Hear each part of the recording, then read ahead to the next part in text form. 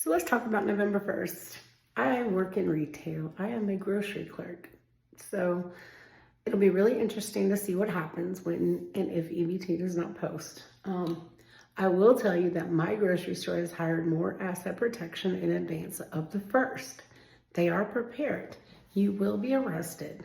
I don't understand. So many hardworking Americans are out here. We don't qualify for assistance, and some months are harder than others to put food on the table. And yet I see coming through my line all the time, very nice hair, very fancy nails. And I know how much that still costs, although I do my own nails now because of, the cost associated with. My hair is growing out natural because I can't afford to go to the hairdresser.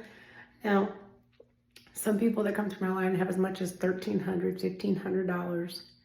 And I'm just like, smile, say have a nice day, even though inside I'm screaming because so many people just don't want to work and they think that it's our job to feed them.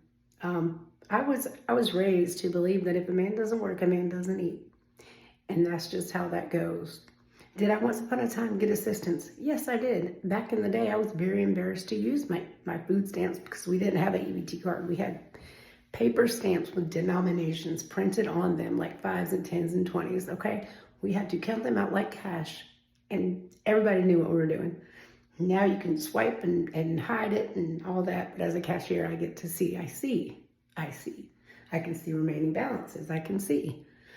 Not that I'm like deliberately looking, but you can't help but see that when you're handing over the receipt sometimes.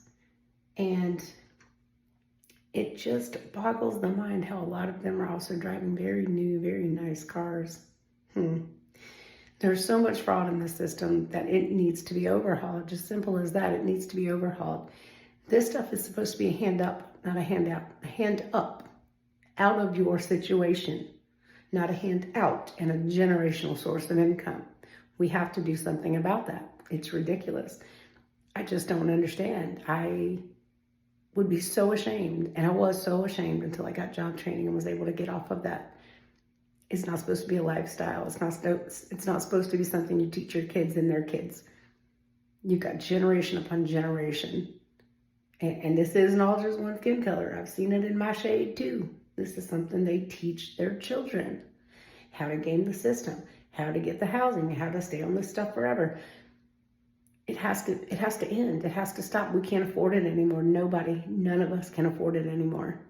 We have to stop this madness. Give people the tools, as we do. Give them the tools. And if they choose not to get those 20-hour a week, that's a ridiculously low amount. It should be 40, but whatever. And the government's even letting them volunteer 20 hours of unpaid labor. Do something, but they don't even want to do that. This has to stop, guys. We gotta fix this corrupt system. We do, because the welfare system is being abused every single freaking day. Abused.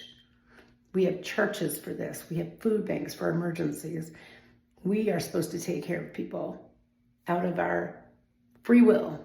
We shouldn't be forced to do it, and I am sick of it. So let's fix the government welfare system from the top down, the Section 8, the food stamps, all of it.